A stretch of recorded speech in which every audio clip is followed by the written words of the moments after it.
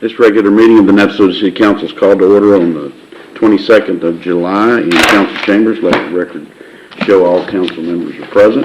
Thanks for being here this evening. We ask that you put your cell phones in the silent mode. And visitors, if you would please sign in. If you wish to speak under visitors' remarks, please fill out the form found in back. State your name and address at the podium, as we must document all meeting business and remarks limited to 3 minutes. Tonight's invocation will be led by Pastor T.J. Green of First Baptist Church, then followed by the pledges.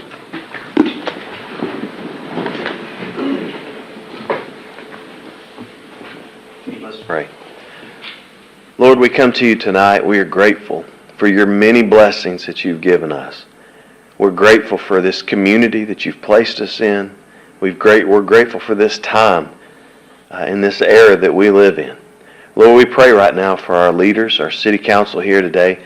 Lord, that you give them wisdom, direction, and how to lead our city to make a great impact in our state and our country. We always ask for wisdom and protection and a blessing from you. And we ask you to do all this in the name of Jesus. Amen. Amen. I pledge allegiance to the flag of the United States of America and to the republic for which it stands, one nation, under God, indivisible, with liberty and justice for all. Honor the Texas flag. I pledge allegiance to thee, Texas, one state, under God, one and indivisible.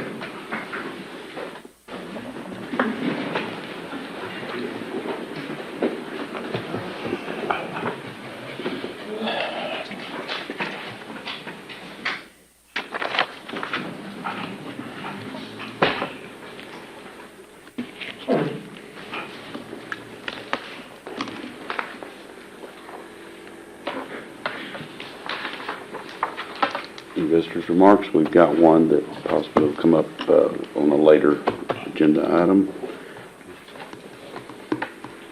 Item 4, staff report. Mr. Week. Mayor, I'm going to ask Mayor Bell to come up and introduce her new employee.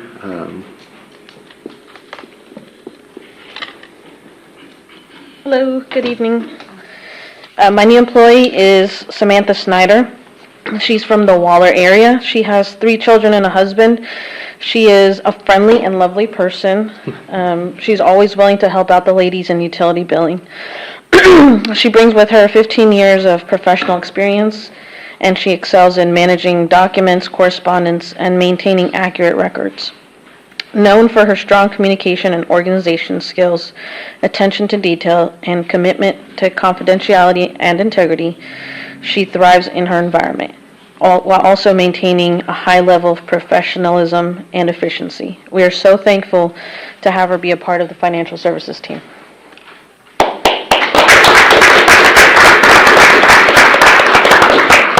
I'll get you in the middle so you can get a photo. Hold off.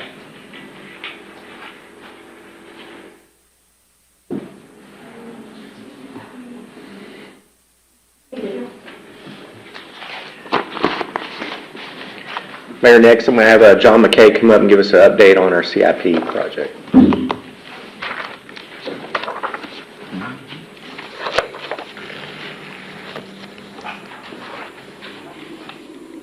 Good evening, Mayor and Council. John McKay, graduate engineer. The update for this week is it's looking a little bit wet outside, I'll be honest. There's not a lot of movement going on at this second. But I would like to take a second to talk to you all about the large CIP project, the 2020 bonded project. We've hit a milestone in the last couple of weeks on that project. We have all of the water main, all the utility mains in the ground. We're on our last couple of tests, last couple of services getting swapped over, kind of wrapping up on the utility side. So that's a really big milestone I wanted to share with y'all. Near the end of the month, with the weather this week, it's probably going to push it to first week of next month. We're going to see the paving crews start to mobilize. And again, y'all saw last time, once they get to moving, they move fast. So we're I see the light at the end of the tunnel on this project. For the water well project over across town, we went out and visited last Thursday with the well driller. They're reaching out to a local contractor. They're going to build themselves a little well pad. They've decided, instead of just going out on the dirt like they were originally planning. So they're working on getting that well pad built out. That's not a change order, that's just a construction decision that they're making. The water tower, we're still tracking. There's a lot of, because the water tower is really technical, there's a lot of shop drawings and engineering things that go on in the front end. So all that's still going on in the background. We're still looking at October for the foundation folks. Other than that, we got the rotors installed. We're waiting on Lakeside. It's, I believe, next week or the week after, they'll be there to commission those rotors, and that'll put the rotor project to bed. The blower's going well. That's really all the updates I have till a little bit later tonight when we award hopefully our CIP, or not our CIP, our street maintenance project for the year. What about the Pecan Lakes gas? Okay, yeah, no, they are starting up again. So Pecan Lakes Gas Loop, they're looking at, they got released by TxDOT this last week. So the plan was into last week, early this week, again, rain. But over the next few weeks, they're going to be working on finishing out that project. They've got all their parts in for the regulator station. So really what they're having to do is run the line physically from Fairway Drive over to Pecan Lakes Drive. That portion still needs run. That was held up by the TxDOT project. So that's been released back to be worked on again. With the regulator install, it's really just plug and play, dress up the site and roll forward. Thank you, John. Yes, sir. John, I do have two questions. Yes, sir. The first one on Judson Street, Okay. I guess right there behind the supermarket store. Okay. Right there where there's that great inlet. Yes, it's about 3 spots on that street that have not been paved. Is that a reason why going up the street is to the left? It's on the left-hand side, correct? Yes. So that is so what we found there, it's something that we found in the process of the project, and we decided to leave it as it is. That concrete right there, for some reason, back in the day, I'm not sure why, Jose wasn't either, they put like 13 to 14 inches thick concrete, structural concrete down, and then just put a very thin coat of asphalt over top of it. And so what happens is when you come back in, you have two choices. Rip out the entire thing, which would have been, we looked at it, would have been a very large change order for something that's structurally totally fine. Or you'd end up, how do I explain this? You can't put 2 inches of asphalt on top of it without messing up that gutter portion of the curb. So we were left with either leave it alone, we can't pave over it, or rip out the whole thing and pay for all that work at a fairly large cost in this contract. Okay, that makes sense. Yeah, it's just cosmetic. Yes. So that's not going anywhere. Okay. That's old concrete. They hate it messing with it to get the utilities in across the street. And then on Neal Street, Okay? the bus route. Okay. On Neal Street, right in front of the apartments. Yes, sir. Pretty large cracks in the road there. Okay, I will have to have Edwin take a staff member, take a look at that. I'll look at it with him, with Up and Jose as down well. that Neal Street, Yeah. I'm suspecting that it wasn't a good foundation laid there because it's a couple of soft spots in that road also. We'll have to look into it. I believe it was mill and overlay. So I don't believe there's much foundation work in this one, but I'll have to check into all those details tomorrow if that's possible. I'll get some back over to Jason, And talk to you about it. Get back with me and let me know because a resident that lived right in front of that, of one of the large cracks had contacted me and everything. Okay, yeah, we'll look into it and see what's going on, for sure. Okay. Yes, Any sir. other questions? I'm going to do an impromptu. I'm going to look at Jennifer and ask her to come up and give you an update on our debris removal. She'll know exactly where we're at or how we've been doing. So, yeah.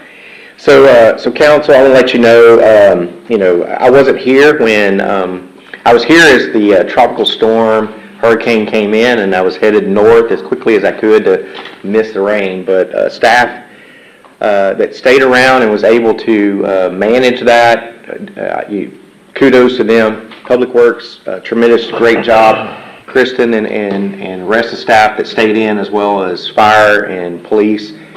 Of course, as you well know, we suffered a lot of wind damage We're still doing some damage assessment for insurance purposes as well as for state reimbursement, hopefully purposes, but there was a lot of debris, trees that were uprooted, branches fell off, and so if you've driven through town, you'll see a lot of people put stuff by their curb. We reached out to Republic Services. They weren't able to assist us. They reached out to the Houston branch to see if they could assist us. Still nothing. Jennifer reached out to some of her contacts. We reached out to City of Bryan, and City of Bryan, they're the ones that helped us the last time that we experienced this. And they're having backlogs of trying to pick up their stuff. They have said that they could send a crew next Saturday, or this coming Saturday, to help us out and hopefully get that done.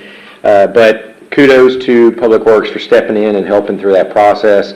For the past 2 weeks, our staff's been working diligently trying to go through the city and remove that. And we don't have the perfect equipment to do debris removal. They're having to use backhoes, dump trucks, trailers, whatever we have to be able to haul it. Luckily, we don't have far to haul it as some other agencies, but it does take a lot of staff time to do it, a lot of back power to be able to move it, but I'm going to let her update you of where we are right now.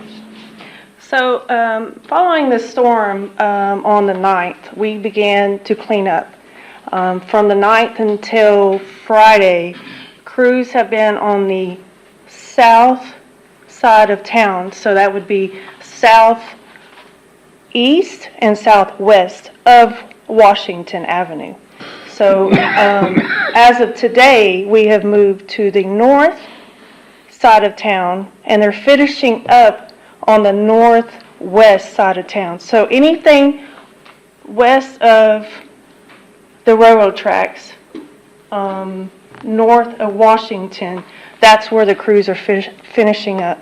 So then they're going to be moving on to our northeast side of town, which is around the schools, that would be Old Town, of what John would say. That's where the crews are currently. Now, that's our largest amount of brush so far.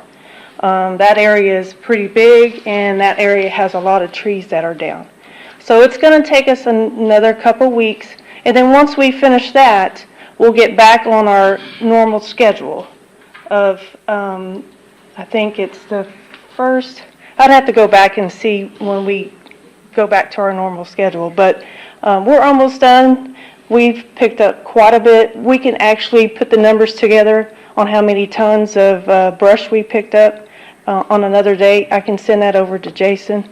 Now, I will say the brush collection facility on County Road 415 has been open from Monday through Friday from 8 to 2:30, and then on the regular schedule from 9 to 4. So residents can actually, at no cost, if they have storm limbs or brush, no debris, only limbs and brush, can take that out there at free, no charge. So we do have that facility open during the week. But it's all by backhoes, dump trucks, and that's not including our facilities, our parks, the cemetery. That's just only the town. So we're still working on it, and we are going to try to get Brian to come out. And if that happens, then I think we'll be back on schedule on our normal routine to pick up brush. So, I mean, it's a lot, but, we've been through this before, and the guys are pretty good at it. Do y'all have any questions on the brush? You've been getting quite a bit of the citizens to bring stuff out there themselves. Yeah, they do pretty good. We have some good neighbors out there that say, can I bring more than usual? My neighbor's elderly, can I help them out? And the answer is yes. I mean, anything that is brought out there helps us out.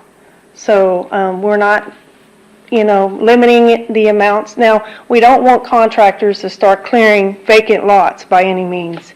We can't have that, but we don't mind the bigger loads of brush being brought out there. So it's a process, it's getting done. We've had a lot of support from the citizens. We've had a few that complain because they want their grass to stay green and, but the northeast is our biggest area with the most trees down. And that's what we're going to be starting on this week, but with the rain, it may be another couple weeks before we get that whole area. Now, if Brian comes in and they bring in their equipment, then we should finish up by this weekend. So we'll be reaching out with Brian tomorrow to kind of give him an idea of the streets and give him a layout of it. It's a little too soon exactly to tell them where to start. I think me and Jose and Douglas will get together tomorrow, kind of get a game plan on having them to come in and help us out with that. And give us the location of where they can take it if they want to sooner. I think it's, don't quote me on the address, but it's on County Road 415, 9119 County Road 415. It's the first county road on the left if they are going south on Highway 6. And then they'll see it, our Go down the sign. county road till you see the big brush pile. Yeah. That's it. Yes, sir. 9911 is that address. 9911? It's on our website as well. 9911 County Road 415. Thank you. Appreciate it. Thank you, Jennifer. I just want to say, please let them know that we are thankful for their hard work, and I saw them out on Saturday working, and I don't know how many crews were out, but at least saw 3 or 4 guys, and they're busting it out there, so we're appreciative. You know, I checked up on them several times, and, they say, Miss Jen, we got you. This ain't our first rodeo. And I said, okay, I just want to make sure y'all are okay. But, I mean, they know what they're doing. Now, can I get a grapple truck in my next budget? Thank you, Jennifer. Appreciate it, Jennifer. Thank you. It's not on the agenda.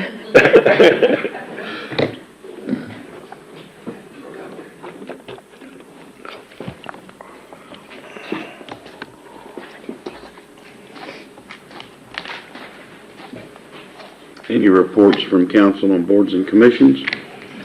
Mr. Mayor, we had a planning and zoning meeting on June the 27th. And the subject was the replat of 3 10-acre, more or less, lots into 14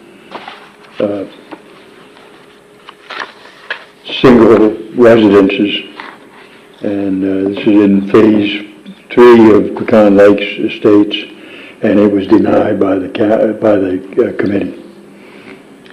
Mayor and council, also want to update you that last week, though that item was denied, the person that brought that forward to P&Z actually mobilized equipment at that site, and our building official went out and did a stop work order on them, and had them make sure they get with development services before they move forward with doing anything.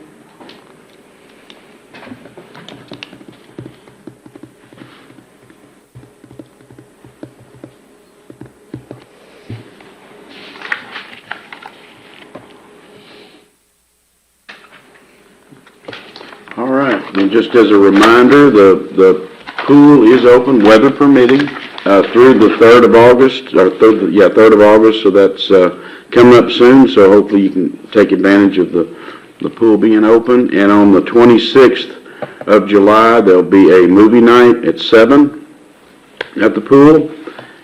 And Doggy Day is on the 4th, which is the day after the last day of the pool. And it's $20 per dog, so bring out the dogs and let them cool off. And just as a reminder, always the phone number for the Navasota Center for rentals is 825-2241. And just a reminder also to visit our website and also Facebook page for all the senior activities that we have going on. And also the things for the kids. We have, in fact, an event coming up on the 24th, National Park Adventure at the library at 1, so that's on the 24th. And so school coming up pretty soon, but we still have a lot of things that the city's offering for the kids and for our seniors to do, so. And the Last Sounds of Summer event is coming up on the 9th of August, and that's at 7 here on City Hall grounds, and it will be the Brown Sugar Band. And just something to point out, from July 4th, the attendance, I thought, was pretty darn good. It ended up being well over 2,000 people in attendance for July 4th and for the event that night. So, and that's up about 1,500 or so from last year. So, thanks to everybody that came out for that and enjoyed the fireworks and everything.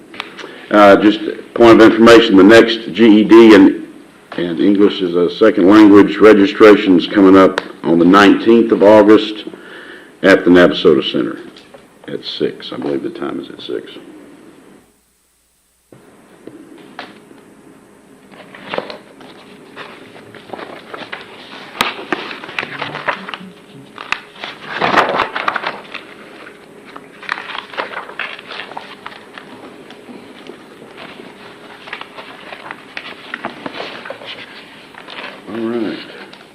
We're at item 5, and I want to take this opportunity to congratulate. We have a number of folks that are joining us tonight that are graduates of the latest Navasota Citizens University. I want to congratulate y'all at this time, and I'm also going to come forward and we're going to make a presentation to everybody. I think, Michelle, did you want to say a few things? Well, I was just going to kind of inform everybody about the Navasota Citizens University this year. The classes actually ran from May the 7th to June the 27th. We had a total of 8 classes, which went over parts of the city. We had 11 departments that were covered, along with the Chamber of Commerce. And so for the students to receive their diplomas, to be eligible for graduation, they could not miss more than 2 classes during that time. So this year we had a total of 7 graduates. We do have most of them here. Now, I will go ahead. There's a couple of them that couldn't be here. Christopher Foy was one. He did contact me. He could not make it. And I don't believe Karen Moody was here. She's not here either. So I did want to mention their name. They were part of the classes. So if y'all would come up when I call your name, and then hang around for a picture afterwards. So we've got Sherry Gillespie.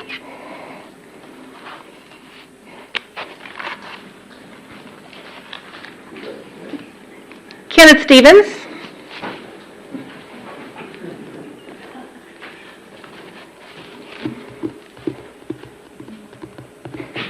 Jana Poole.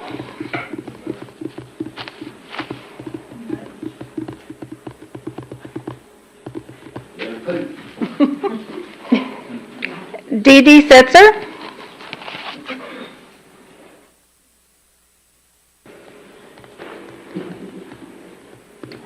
And then Ms. Deborah Fincher.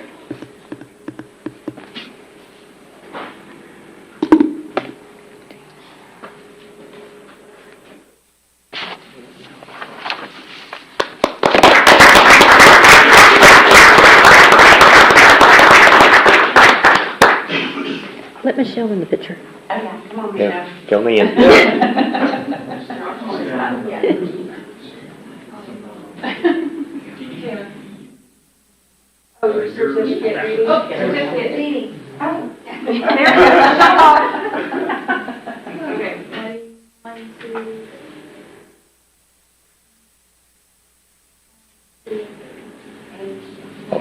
One more.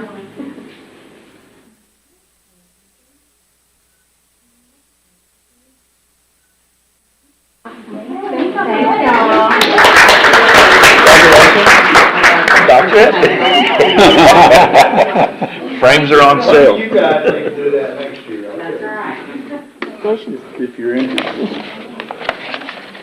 You might go join me.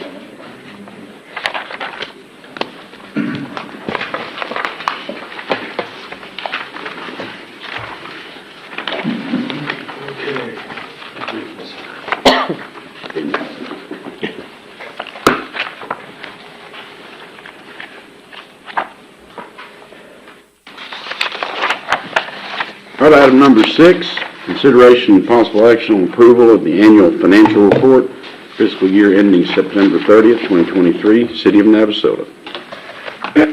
Good evening, Mayor and Council. Article 8 of our charter states that council shall request an independent audit to be prepared annually by a certified public accountant covering all of the city's financial affairs, including operating results for the year and financial statements at the close of the fiscal year. For the past 8 fiscal years, we have contracted with Crow, previously Belt Harris Pahachek, to provide an independent audit for each fiscal year ending September 30th. There were some unforeseen delays this year, which did cause the final report to take some time to get to us. Other highlights are that staff budgeted $60,000 for the audit, and to date we have paid $10,459 of that. We received a recent billing of $24,000, so we did come in under budget for our financial audit. GASB requires that governmental entities expend federal funds in an amount over governmental entities that expend federal funds in the amount of $750,000 or more, that they have a single audit.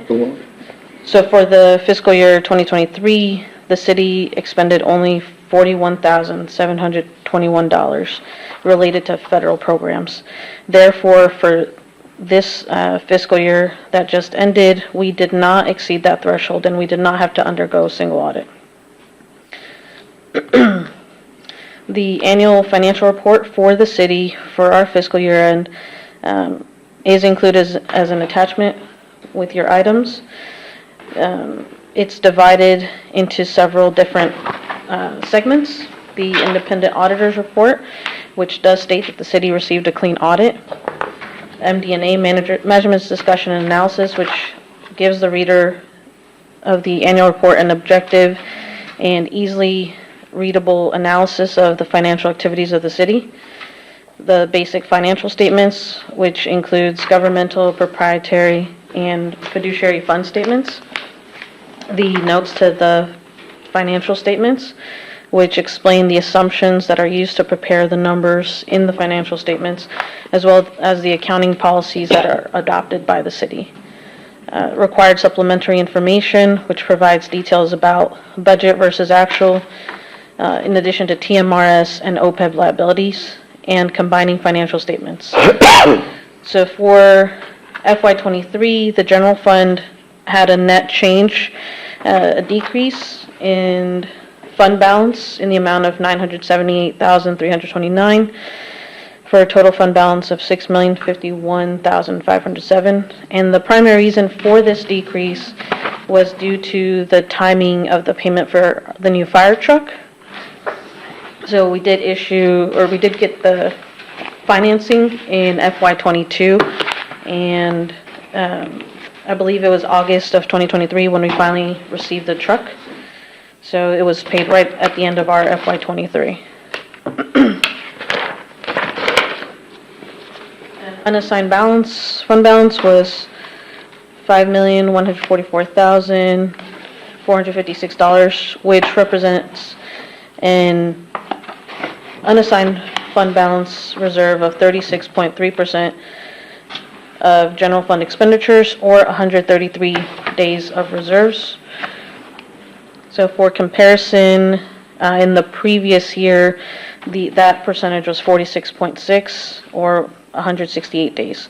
Overall, the general fund and the proprietary funds, which include the water, sewer, and natural gas funds, performed well this last fiscal year. The management letter, which was attached with your items, allows the auditors to provide recommendations to the city of Navasota as it relates to the audit process. Auditors have in the past recommended that the city be more diligent in completing annual year-end journal entries to the audit. And we did actually improve on that this year. Therefore, staff will, we did improve on that this year.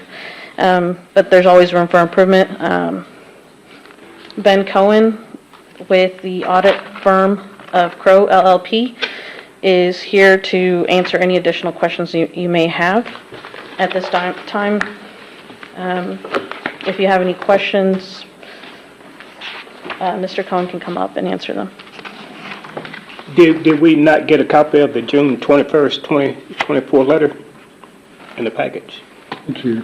It's there. Yeah, Couldn't find it.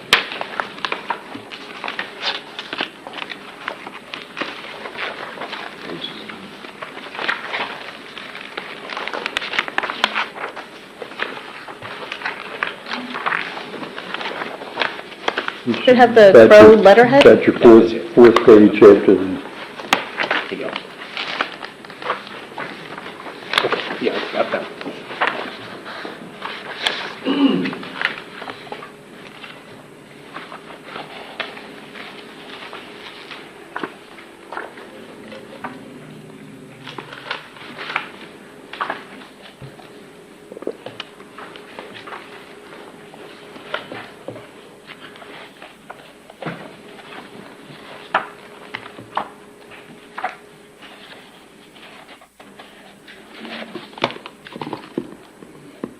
And you are recommending approval of? Yes, sorry, I was just waiting for any questions that you might have had. That's But we okay. do That's all right. recommend that council approve the final version of the annual financial report for the fiscal year ending September 30th of 2023.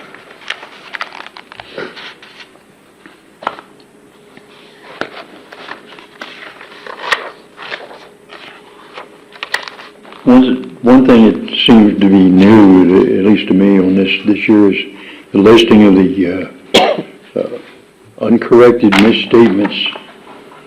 Yes, sir. And I'm just wondering, is this an unusual number of these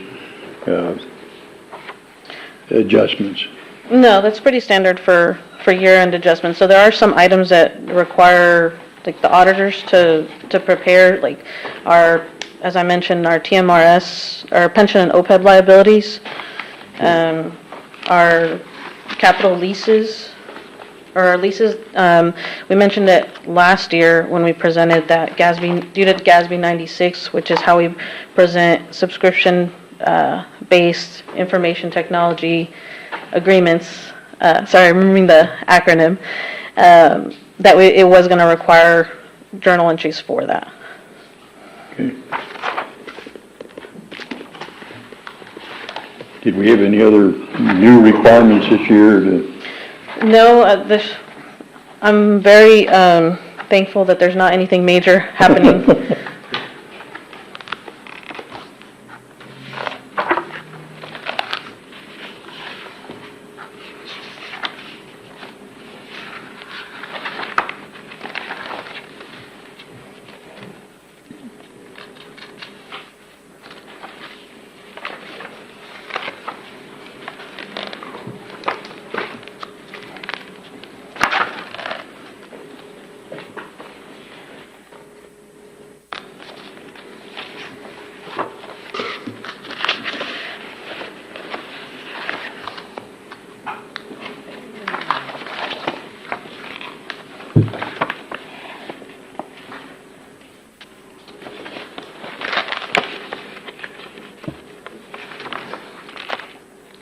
Mr. Mayor, I move we approve the annual financial report provided by the auditor for the fiscal year ending September 30th, 2023. Second. Motion by Mr. Gessner, second by Mr. Foltz to approve the annual financial report for the fiscal year ending September 30th, 2023. Did want to give the opportunity to, did you have anything that you wanted to share with us? Did it? Okay. Okay, good. Thank you. All in favor say aye. Aye. Any opposed? Seeing none, item carries.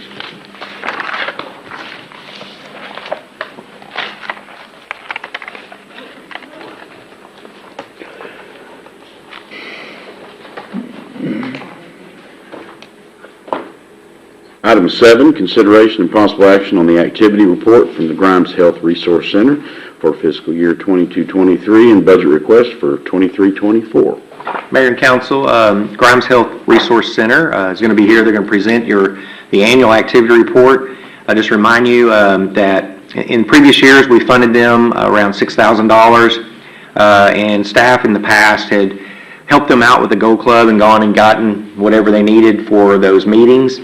And so this year, when we budgeted, we just included $1,000 to up it from 6 to 7, and said, hey, y'all handle as much as you can. And so they came back, and they'll talk a little bit more about it. But they're asking for some additional funding in next year's budget. And so after they do their report, kind of give us staff direction on how you want us to move forward with that request. In a nutshell, he's already said it. No. Good evening, Mayor, Councilman. My name is Phyllis Allen. I'm the president of the Grimes Health Resource Center, and with me is Laura, our backbone of the program. We've had a very successful year this year, and we've continued to help all the citizens of the community. This year we've opened a clothes closet. I don't know if y'all have had a chance to go by there and visit it, but it's been very successful. Laura and her staff has helped over 187 families with clothing, so I think that's a great number there. I mean, great success. We started a basic needs closet. This allows people with hygiene products and some household items. So far, we've given items out to 16 households. And they've been very successful in getting volunteers and having donations and stuff to fulfill those items also. We've received a grant to start a community garden. Through the grant, we've created gardens in Bead Eyes, raised beds, and gardens in 42 Place, and brought plants for their gardens. And I don't have a green thumb, so thanks, Laura. And I think the master gardeners are helping you also with that? They are. Also? Yeah. We've offered classes on container gardening at Buckingham Gardens. Through the community gardens, we've been able to provide fresh food to over 367 people. They have delivered over 6,000 senior meals this year and helped 73 people with food assistance, and 114 people have gotten utility assistance. So far this year, we've had 1,500 unduplicated clients, which are 85% of those clients are from Navasota. We appreciate your support of the 7,000, and like he had said, that we're, with the raising cost and items and things that they have for supplies and stuff have increased, it would be muchly appreciated if y'all can consider that. So, do you have any questions? If you do, here's Laura to answer them. It's like passing the bucket. That's okay. That's why I'm here.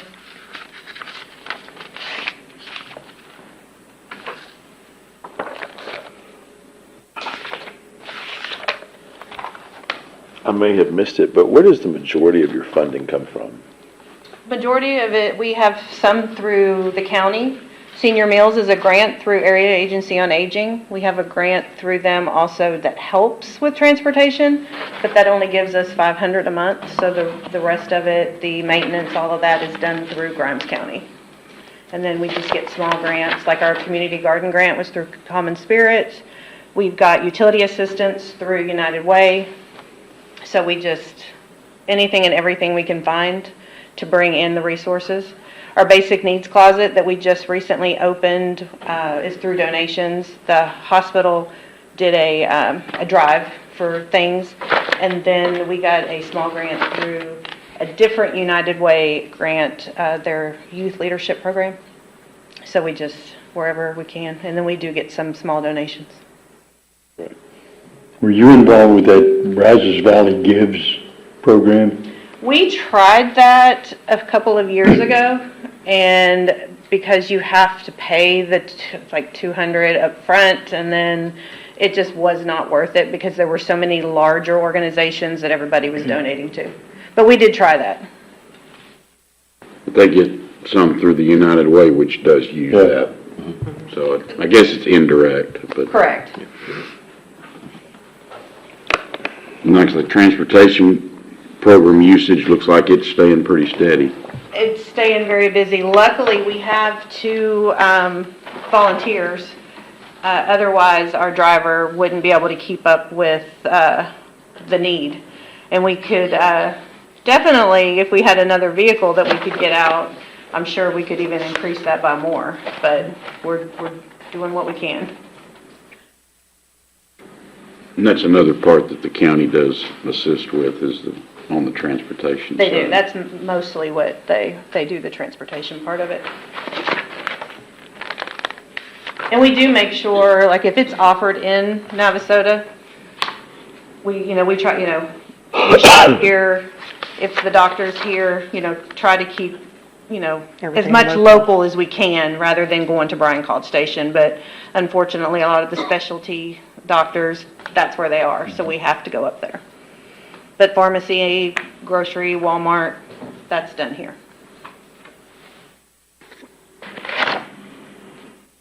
And if folks need to reach out to you, how do they do that? They can give us a call, 936-870-4575. On our website, it also has a link on there that they can type in, and it gets emailed directly to me and Nancy, who's in the office. You'll also have a, Facebook page. where you got the directory is accessible for the health. It is also on our website. Service directory. Yes, we put that out throughout the county. And then we're always at any health fairs, anything we can be at to get information out, we're there.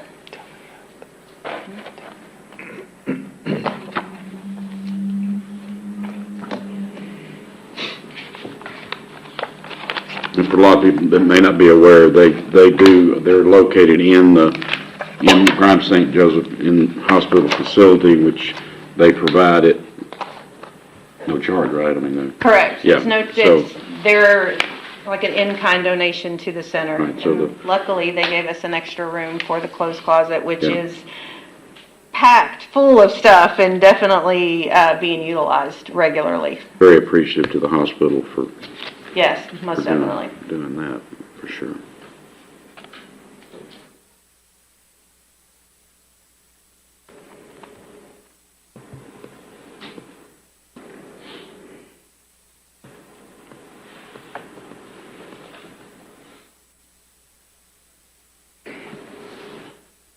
Mayor, council, I'll just put some numbers in the budget, and when we get to the budget time, you can have discussion about it then.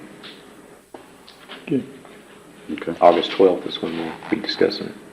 Just to make sure that I'm clear, that they're requesting 7,000, and then the following year go up to So they're gonna get 7,000 this year.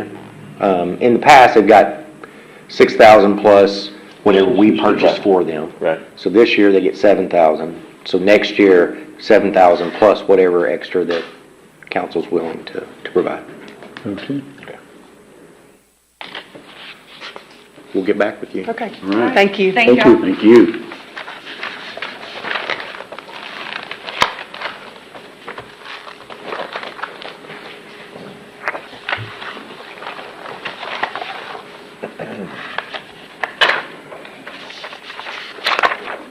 And you may want to introduce any of your board members, others that are here with you tonight?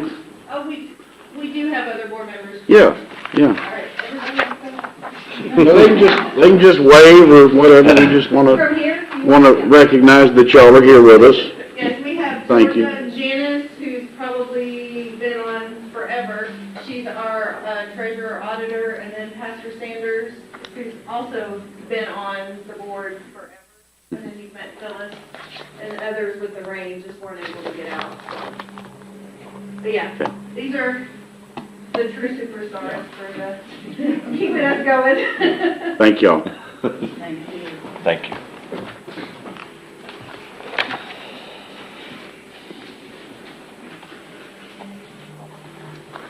Item number 8, consideration and possible action on a contract between the City of Navasota and Houston Sons LLC in the amount of $199,877 for the 2024 street maintenance project.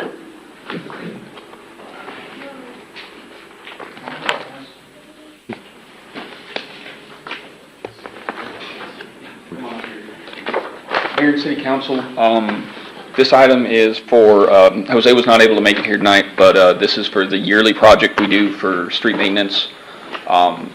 We got with us our contractor here, Houston Sons, and Kent Laza, our engineer. So we're very excited about this project. It covers about 9-10 blocks over in the Piedmont area that really need some love and care. They're roads that don't have curbs, so you don't have to go through it and replace the curb as you redo the road. But I have not worked with Houston Sons before. I have worked before with Kent Laza. We've looked into them. We're excited to have a new contractor on board. We're excited for this contract in general. I wanted to show y'all a couple of streets here behind y'all. This is kind of showing y'all real quick what we're talking about. So let's see if the next slide will work. It does. So Lynch Street right there.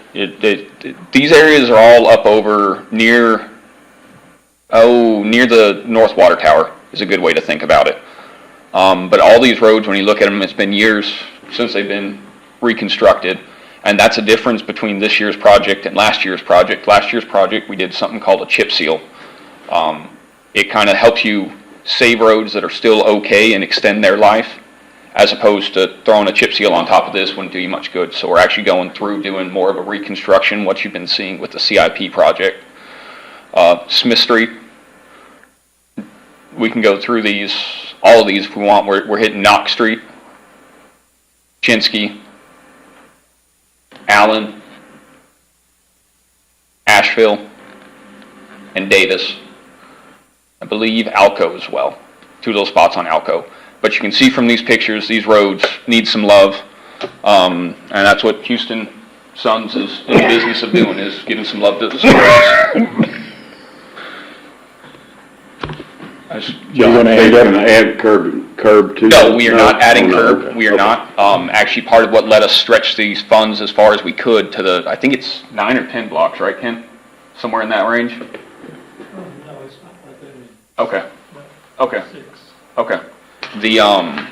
But we're able to stretch it that far because a large part of the construction costs that y'all are seeing in the big CIP project is redoing that curb.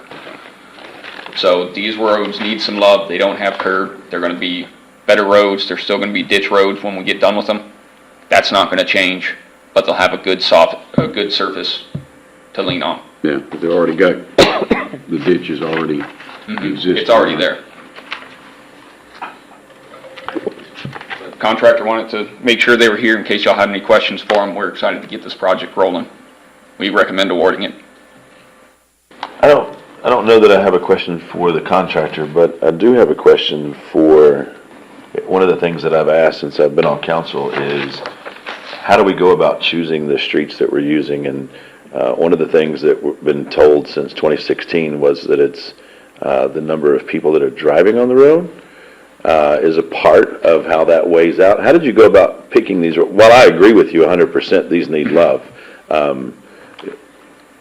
I don't see many driveways off of these roads, and so I'm just wondering if we're spending $200,000 to fix roads that people very seldomly drive on. Maybe? So for starters, I think Ken actually helped pioneer that program somewhat, but my understanding this year is they're the leftovers, and there may not be very many. We're probably not going to touch them again for years and years and years, but they're almost gone. And so these specifically this year, that was something Jose was very passionate about in selecting these roads this year. It kind of finishes out as the last in these areas that we haven't touched in a few years. But a lot of these roads, we have no records of there being improvements on. And even though they are lower traffic, they need the love and care once in a blue moon. And this is that chance for that once in a blue moon. Why is this the chance to do that versus waiting till next year? They'll just fall apart worse this next year. That's really a lot of what it is.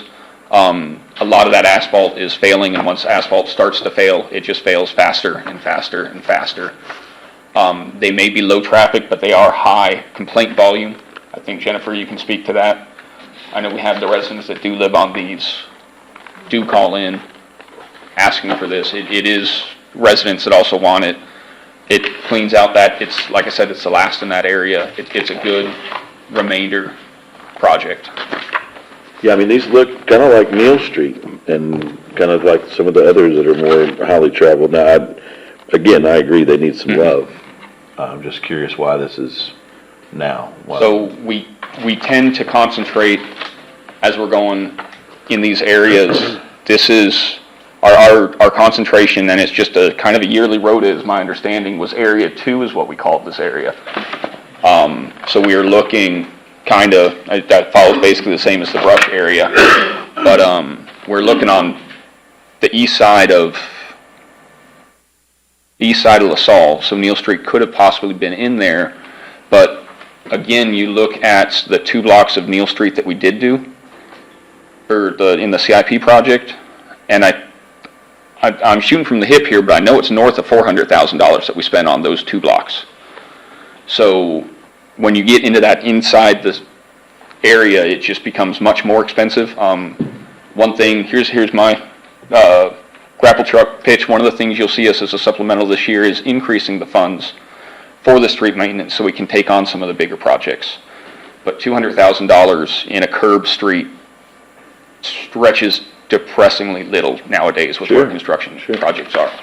So There was a list that we had, and I think we got, Ken sent an email in 2016 with kind of the process of selecting the roads, and we had a list of priorities, and we even got one of those lists, I think, in the last maybe year or so, that had priorities. Are these roads in that priority list? These did come from your list, I know. You might want to speak to this a little bit more yourself. I know you work real closely with Jose on this. For those who may not have been here, what we did back in 2015 or 16 was we developed a rating system for all the streets in the city. And the city staff drove over those streets and put together a list of those that were from good to bad. And then we started working on those over the past few years to knock out the worst streets. We haven't done an update to that rating as far as I know. So it may be time to do that again. So that's probably why you haven't seen another list come out like that. Now, we'll speak to your question of why do we want to do these now as opposed to next year. I think the short answer is, if not now, then when? They're not going to get any better. You're going to have to spend money on them eventually, and next year they're going to cost more. So I think that's one of the reasons why we're recommending to go ahead and do this now. Any idea how many residents live off of these roads, just out of curiosity? Well, the staff's probably better prepared to answer that. I don't think it's very many. It's not many. You didn't see many driveways, and you're correct. It's not very many people. My question would be, to whoever want to answer this, is that this past weekend is driving over the city of Navasota for the new streets that we have gotten done here this past year, well, just a few months ago, the cracks that's being in the in the asphalt. Of the 3 bids that we've got on the stabilization of the material, you're quite lower than the rest of the other 2 bids. And I think that's what done happened in the past year with the other streets that we had. The reason that they're cracking is because the foundation hadn't been properly prepared. So how can you be $25,000 cheaper on this than the other 2 bids? Okay, well, I'm the engineer. If my bid was on that list, I would have been the high bidder. If your bid was on this list, you would be the highest bid? No. Councilman Harris, this is our design engineer, the guy working on the contracting, thinking of them similar to Belial for the CIP project. He's the consultant we brought in to design it, help select the street. The contractors themselves are over here. Okay, well, maybe they need to answer this question then. I'll speak to your Okay. question, though. And I don't know which streets you're referring to, but if it's some of the ones that we've built in the past, the way that we reconstruct the streets then and now with this program is to basically to rip up the existing material that's there, the asphalt, the base, whatever's there, we mix it with cement.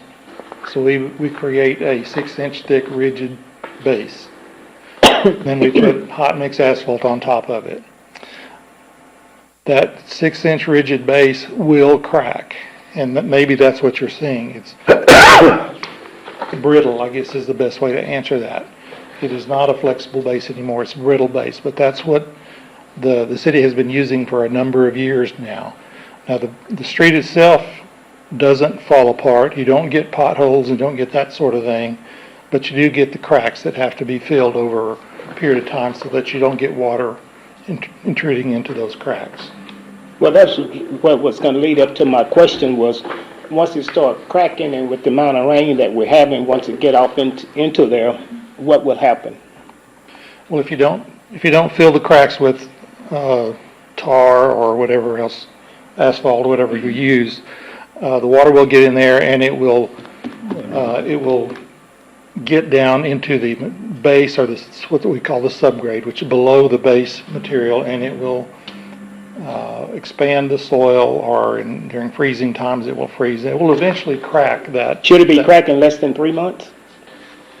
So he's not involved in that project? The No, answer- I'm just asking him a question in the project that he's involved in. Should not crack in 3 months, no. Okay, so it should not. It should be 4 or 5 years at least before you start seeing that.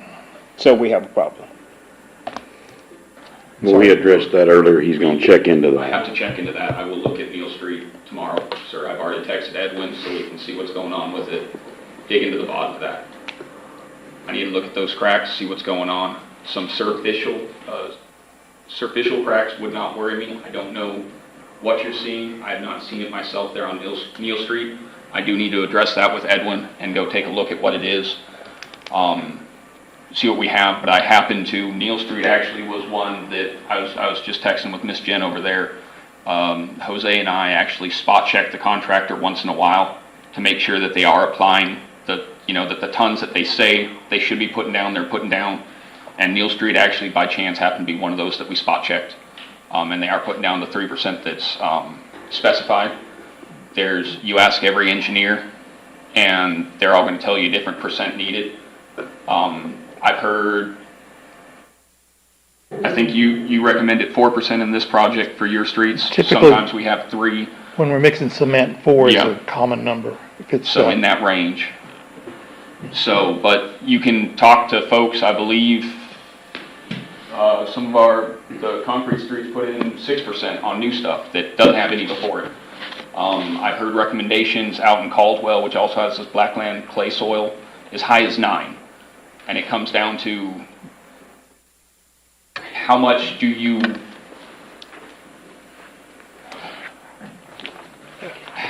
want to pave? At the end of the day, our entire street maintenance budget, we're getting six blocks done in town. And we can build TxDOT state level roads, but it will serve less people as we build them to that quality. There should not be large cracks in Neal. I will need to address that, look into that, and address that with the contractor. That is sounding like it's going to be a warranty issue. They're actually going to be back again next month. And that would be a good time for them to be able to address that, because they're already going to be working on East Hill, West Hill, areas like that. Mayor and Council, we're getting addressed Yes. from the agenda item, which is related to Agreed. this Agreed. particular project, so just a heads up.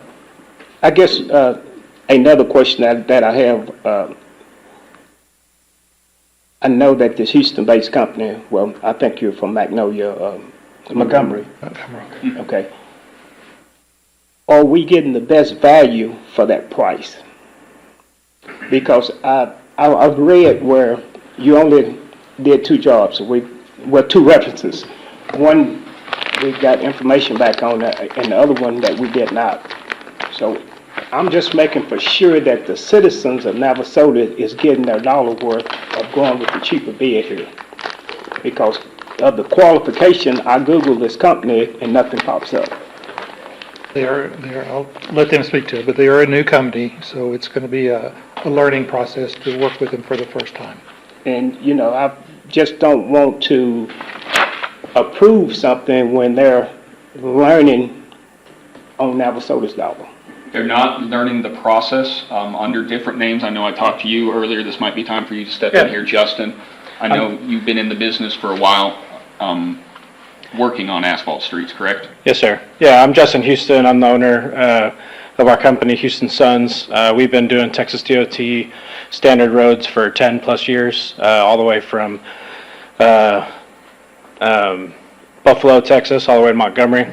We've traveled all over Texas doing this kind of work. This specific job we're very familiar with, and we are really excited about it because it's a great way to use on-site materials by reclaiming the road with materials that are already there. Like you have asphalt, turn that into base, we put cement in it, and it strengthens your road to give you a really long-lasting road. So this is something we're very familiar with, we've done for a very long time, and we've been paving in Montgomery for 10 plus years. So as far as us being new, it's not our standard that's new, it's just our company is pretty new. As far as our LLC, we also have Houston Construction and Houston Trucking that we've been in the area for 20 plus years that you can also research. And the last question that I have, and I'm sorry, I assume that you've taken into consideration gas lines and water lines that may need to be replaced, that may be in that area, that we would replace those prior to redoing the roads? So the gas lines specifically, we're actually in pretty good shape on gas lines around town in these older areas. They're all orange poly. I wish every day that they had tracer wire, but there's actually a large program in 1980 that replaced a lot of the lines in the area. The water lines themselves, a lot of them are off in the ditch line in these ditch roads, so they don't impact so much that. Again, a decision was made. We could have gone through and replaced every utility. These areas didn't have a history of leaks. We did reference back. I know I worked with Jose to look at, did they have a history of leaking, and they don't. So to get a little bit further with how much we could actually pave, we're not replacing utilities with them. But it's not like, what's a good example? Well, I guess Water Street, where we have leaks and leaks and leaks, or another good example, Buckingham, that line leaks. I would never recommend repaving that without replacing the line itself, but these are not areas like that. So, John, what you're saying is that these streets are going to be dug up and redone, or it's just going to be a seal coat put over? It's not going to be just a seal coat. It's similar to what you saw, trying to think back on my map. It's what you're going to be seeing here coming soon. The first half of Fairway, I believe Neal Street was actually a partial reconstruction too. So if you look, we had in this big project 3 levels. So there's really 4 levels of street maintenance. The seal coat that you saw last year in the street maintenance project. There's mill and overlay, which y'all saw in like Judson, where they just dug up the asphalt and laid down new asphalt. There's partial reconstruction, which is what we're proposing here with this one. It doesn't stretch as far, but it's more for when all the asphalt is a waterproof Band-Aid. That's all asphalt is for a road. The entire structure of the road is what's in the ground. And so this partial reconstruction is a lot better for when what's in the ground needs more love. And then there's something y'all would have seen, y'all possibly noticed on Terrell, where we believe it was never properly stabilized from the beginning and it needed ripped out and redone. So in this one, you're going to see them actually come in with their mixing like they did on, Water Street, where you saw the big mixer slowly churning everything up, churning in the cement as it goes through and packing down that material and then coming back in with the asphalt afterwards, new asphalt afterwards. So it's a couple of steps more intensive than the seal coat project was.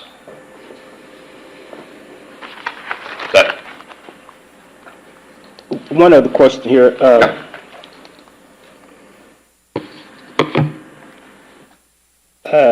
The amount is under additional paving and curb work in the large 2020 CIP project. I'm not aware of the 2020 project. What is that? So that is the official name of that bond for the big CIP project we keep talking about.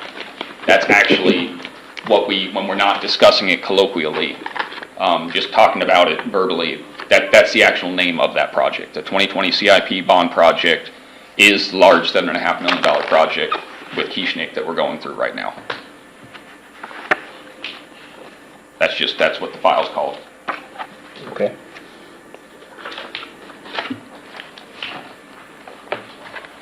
Mr. Mayor, I move that we award a contract between the City of Navasota and Houston Sons LLC in the amount of $199,977? $877 for the 2024 street maintenance project.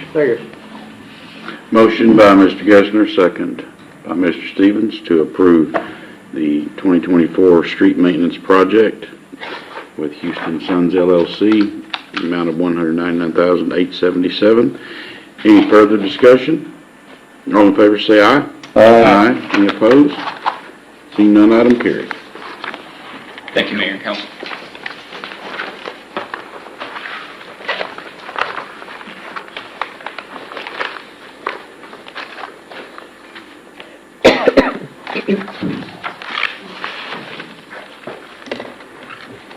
Item 9, consideration and possible action on appointments to the Board of Adjustment.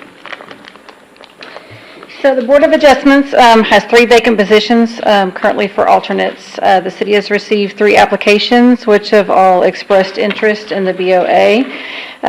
Applications received were from Kathleen Dimmel, Dale Cotton, and Mark Flaw.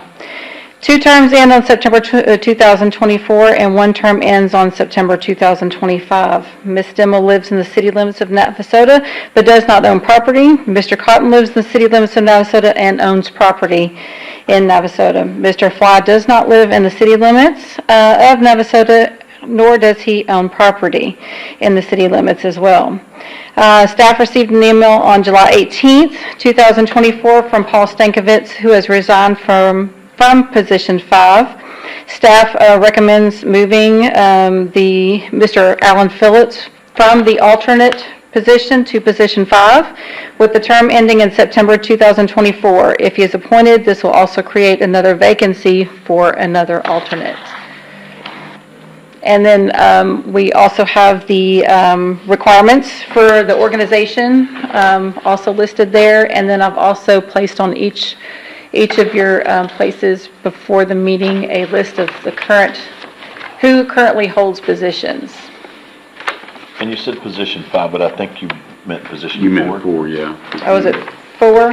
That expires 2024, September. So we'll need to make that correction. Paul's spot. Paul's spot.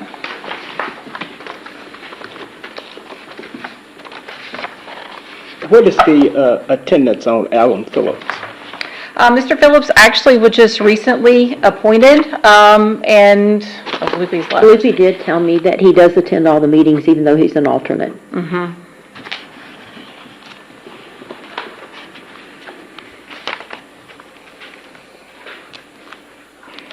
We have a question here of the qualifications.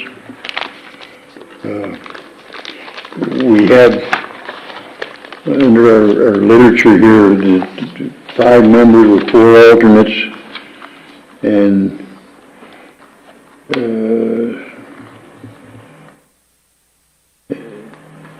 I think they have to live in the city and actually own property in the city, or own property in the city.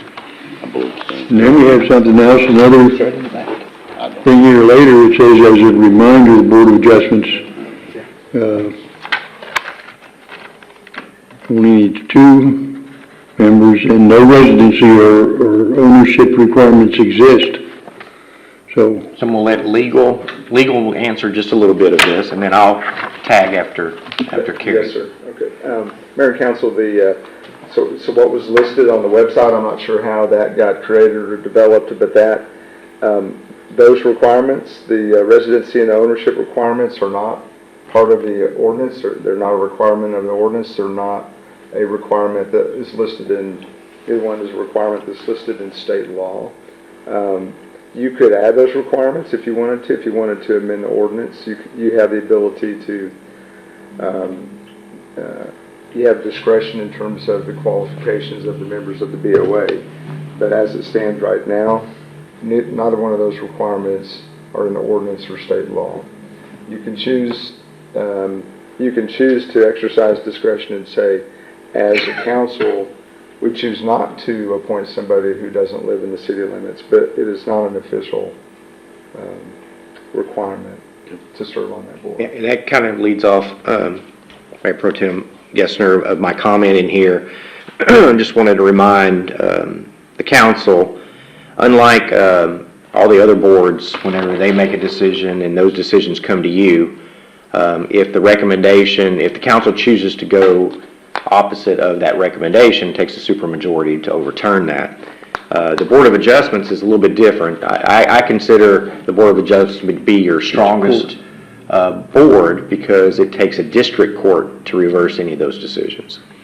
And just from a city manager standpoint and staff standpoint, our recommendation would be that you make sure that you appoint somebody that is a resident and or owns property within the city limits. It's hard I think, just accountability for a board member to be up here that does not live here or have any type of ownership property in the city to be making decisions on your neighbors or the residents' neighbors on variances. And so that is staff's recommendation is that there is 2 of the submitted applicants here that live within the city and or own property, and that is staff's recommendation is to appoint those 2 for sure. Our actual application form here for boards and commissions lists the provision that members and alternates must be residents of and own real property in Navasota. Correct, and that's So why we're putting that out, and then somebody is taking that form and without meeting that requirement and applying for this. Or they're applying for it, because we got one of them that did. So that's why we reached out to legal for clarification on it. And as legal said, you can take a stance just as a council in whole, or if you so choose and want staff to bring back an ordinance that specifies your desire, we can do that as well.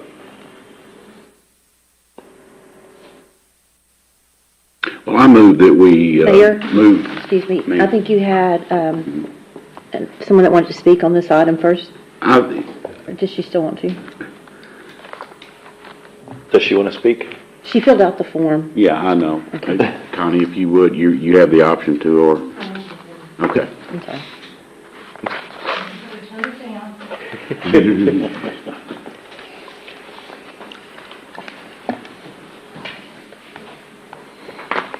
Connie Clements, 300 Hillside Street. And I'm also the chair of the Zoning Board of Adjustments. Also, I'd like to remind y'all that we do meet, and we had a really good meeting last Wednesday. Nobody reported on it tonight, but we approved a variance that's creating the pathway for planning for an 8-unit townhome project over on Washington Avenue. So there are things happening in BOA. But given the nature of what we're tasked to do with, the requests that come to us and how they impact our neighbors, I feel really strongly about whoever sits on that board having some skin in the game and being a resident and or owning property. I wouldn't eliminate people who rent and who have, shown an interest in jumping in and being a part of this community and loving this community. But I would also suggest that just from my own HR background and applying for board positions, that there be some kind of vetting process. Submit a copy of your property tax receipt to show that you do own property in Grimes County. a utility bill or something else that shows you are a resident here. Anyway, that's my suggestion, but I really think that you need to limit it to people who live here, pay city taxes, or at least live here and contribute to the community. Thank you. I'll go back to my motion. I was about to say, I'd like to move that we move Alan Phillips to the position 4, I guess it would be, right? Yes. And then appoint Kathleen Dimmel and Dale Cotton as alternates. Second. Well, it's a race here. We got 2 seconds, but I made the motion, second by Mr. Fultz and Mr. Harris, and maybe others. Any further discussion? All in favor say aye. Aye. Any opposed? Seeing none, item carries. And I would maybe recommend that you bring back something that we can look at for, as far as it being specified. Yes. A little more clearly in our, whatever you call it. Harry, if you'll prepare an ordinance, we'll move forward with the ordinance. This code of ordinances. Yeah, staff will bring back an ordinance. Because it should be kind of along the same lines, I would think, as P and Z, being that it has to do with property, Yes, sir. right? Will do, thank you. And Mayor, on this note, Michelle was going through, we were talking, and she's getting ready to do our big annual drive for this boards and commissions. That's when we're finding discrepancies, and we just feel like it's time to get it all, so everything is consistent across the application, website, and all that stuff. So that's how that came about. So that'll still leave one open alternate position Correct. that could be addressed next round. that we. Or sooner if we get another application. Yeah, okay.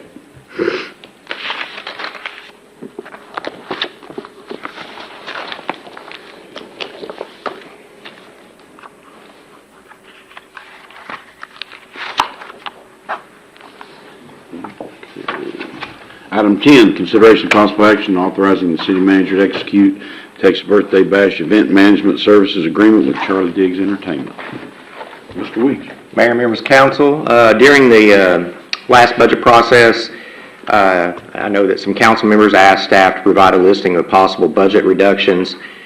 During my presentation, the top budget reduction that I proposed was to eliminate the Texas Birthday Bash. As you well know, expenditures for Texas Birthday Bash in the current fiscal year was around $384,000. To offset that, we ask for sponsorships, we charge vendors to participate, and we have ticket sales. And so that budgeted amount was around nearly $102,000 for a net loss that we budgeted of around $282,000. That, based on our current tax rate, equates to about 4 cents on our tax rate. And this doesn't account for the overtime that provided by city employees. I would say that at least probably 90% of our employees work that event, and all of those receive that overtime for working the event. In 2023, the event did bring in a total of around $169,870, and we spent around $333,000 for another net loss of around $163,000, which is around 2.5 cents on the tax rate. As you well know, these losses are not sustainable, especially with higher projects and capital items, as you heard tonight. Street projects and other parks projects that we need to start prioritizing. We also understand that the community enjoys the Texas Birthday Bash event. So in order to be able to continue that process, staff reached out to multiple private sector companies. I know as Councilmember Stevens came on hand, he reached out some of his contacts in College Station that did events. Did not hear back from any of those that were willing to want to participate. I know that Chris Tucker had reached out to the Troubadour Festival people and try to combine with them to see if it was something that they would be interested in.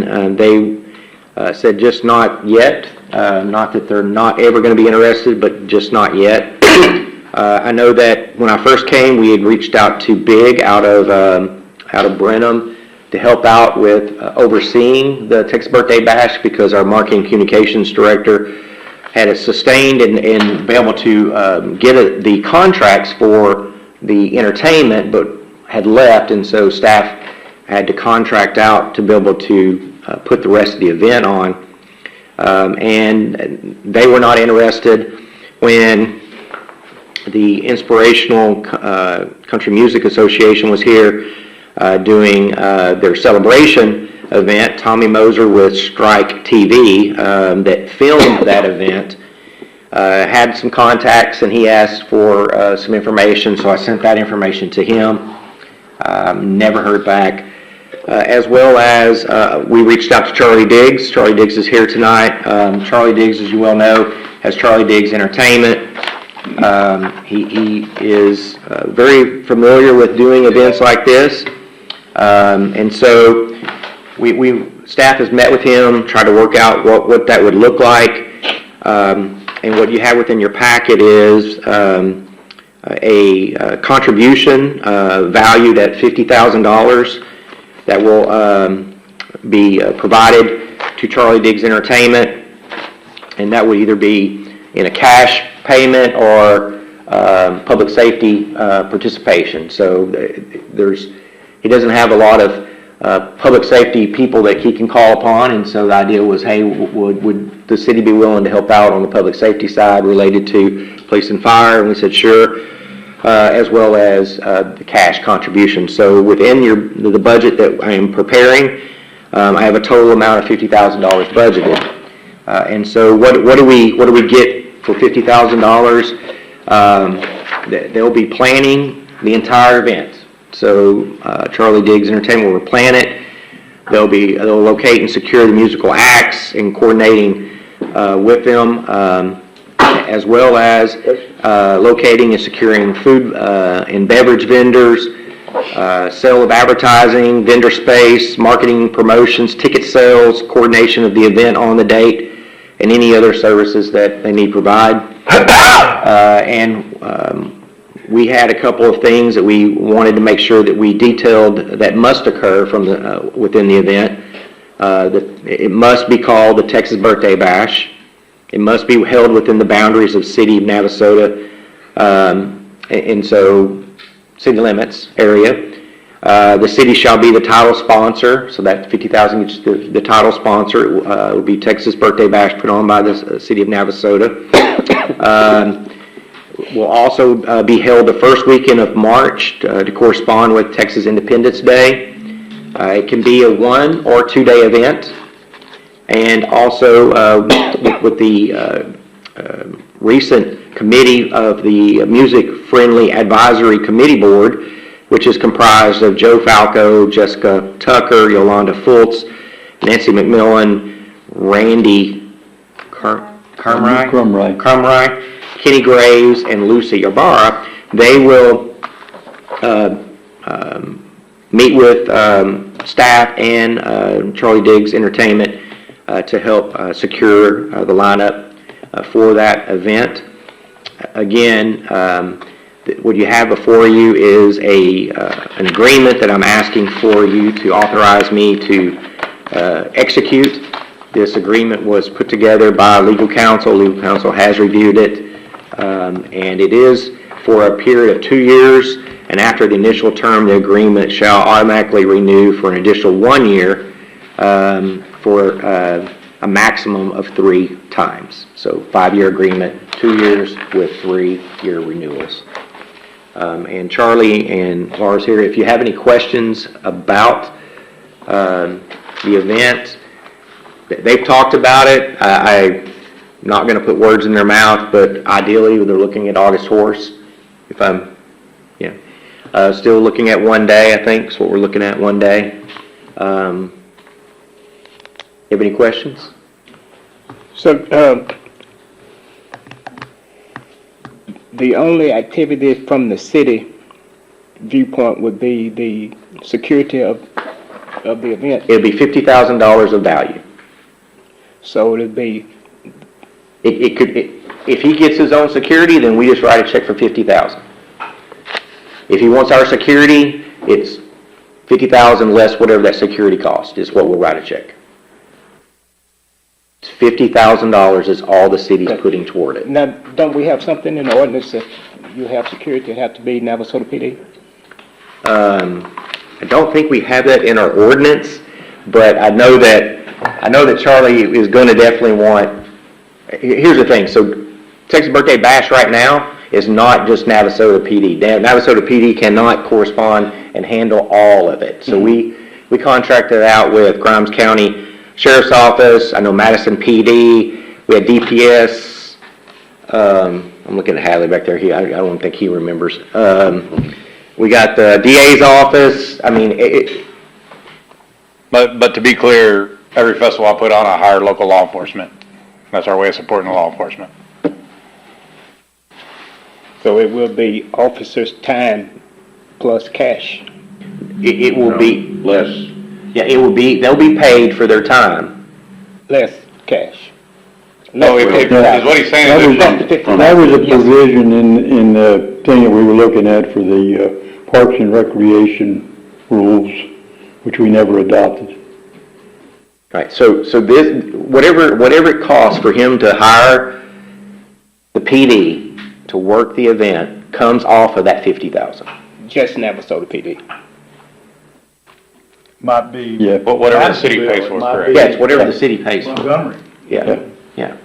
So if Navasota PD is $15,000, y'all are writing a check for $35,000. Yeah, we're not gonna pay for, Grimes County or DPS. right, We would be paying for that. but he could use Right. the right. difference to pay that, if that's the case. Correct. But one of the things, so one of the things, I'm gonna put words in your mouth. One of the things we looked at, one of the reasons for going to August Horse, you're not gonna have to have as many PD as you do for, downtown. Because downtown, we had so many different locations that you had to be careful about. There, you got a box. Yeah. Yeah, I know having it downtown created more ability to control the crowd, or not control the crowd, but entry and exit. Yeah. I mean, I guess you're thinking about that, because that's all open out there. Correct. I mean, That's how we if kinda- you had fencing here, I guess you would do fencing. Yeah, we would fence it. Yeah. We basically already drew out a diagram for it and everything, if y'all approve it, but, I'm sure you know it's an old golf course and there's two entrances coming towards the VFW. Those would be the entrance and exit points. The VFW side where the pavilion is at would be more of like the green room. So everybody would park on this side, come in, and those would be the two entry and exit points. How much Where you the- thought where the about spring the, like rainy weather? That's the thing we gotta deal with on every one of them, man. If it happens, it happens. If it don't, but we'd, rain or shine. I'm just curious at the parking that's out there. I mean, really the parking would be on the green, which would be like if it was still a golf course, it would be on the green, and you're talking 3,000, 4,000 people that came to downtown that parked all in the city streets, and were able to walk. Is there enough parking? Because if not, they're gonna be on Veterans Memorial. There's way more than enough parking. I didn't even realize how big it was, so I got on Google Earth and pulled up, but it's But I guess the other question is, does the city want people driving out? Well, so that's the thing, we'll look at whatever the weather's gonna be. I mean, again, it was the same way here, we had to bus people in from the high school. Those are things we'll work out as we get closer to it. We still might have to bus people in. yeah, we don't want it tore up or people out there getting stuck or anything like that. So if we have to do the bus thing, we do that. Just thinking driving on the way that it looks now will tear it up, whether it's dry or whether it's wet. We do it quite a bit when it's dry. We don't really have any issues. I mean, it lays it over for a little bit, but the next week you can't even tell it was driven on. I'm not gonna have anybody out there tearing up the field, so. We pride ourselves on making sure we leave it better than it looked when we got there.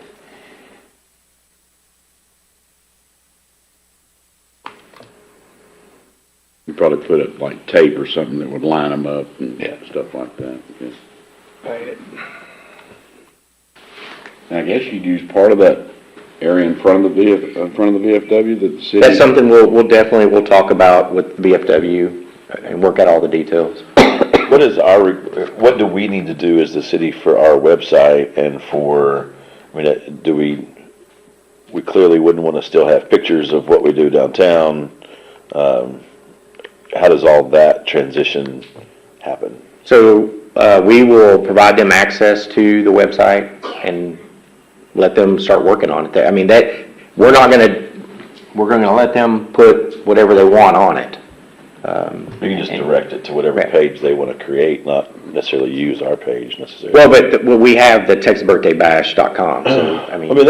They can have access to it. Right. Yeah. But, any diagrams and those type things, they'll do their own diagram stuff So you're saying that there would be no responsibility for Taylor to take on any additional marketing piece? No, that's not the plan.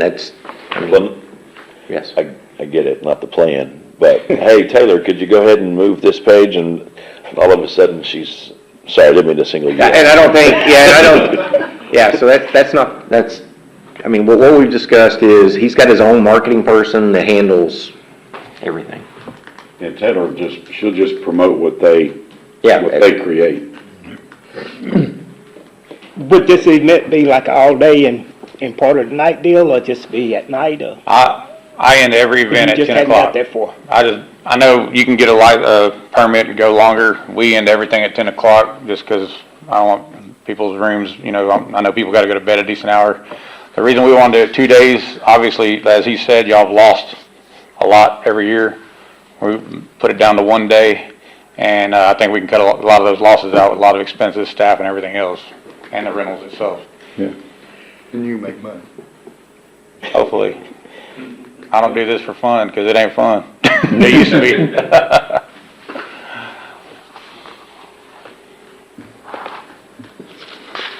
Yeah, and hopefully that will open more parking for people to spend money downtown. Yeah. Mayor, I make a motion that we approve authorizing the city manager to execute a service contract for Texas Birthday Bash with Charlie Diggs Entertainment. Second. Motion by Mr. Stevens, second by Mr. Gessner to approve the management services agreement with Charlie Diggs Entertainment for the Texas Birthday Bash 2025. No. Yeah. Any further discussion? All in favor say aye. Aye. Any opposed? Seeing none, item carries. Thank you, guys. Thanks, Trey.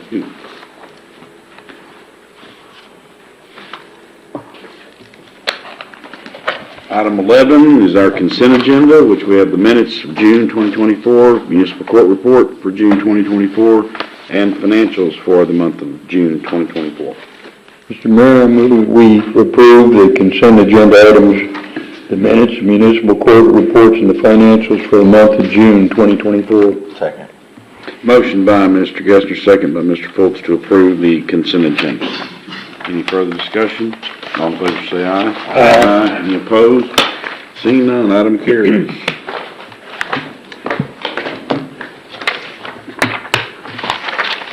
Let's see, another executive session here. Yep.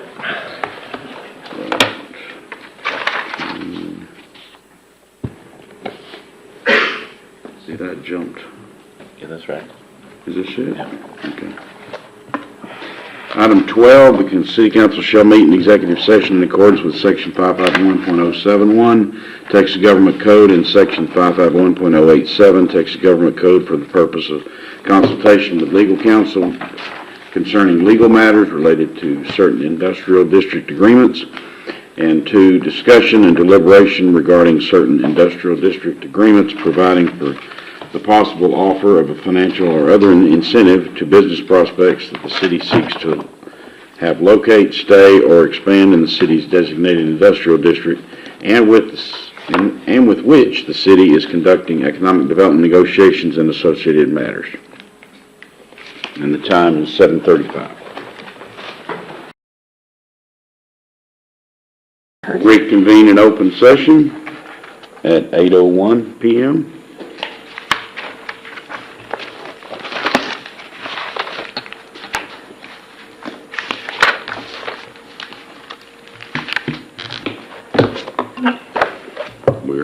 adjourned.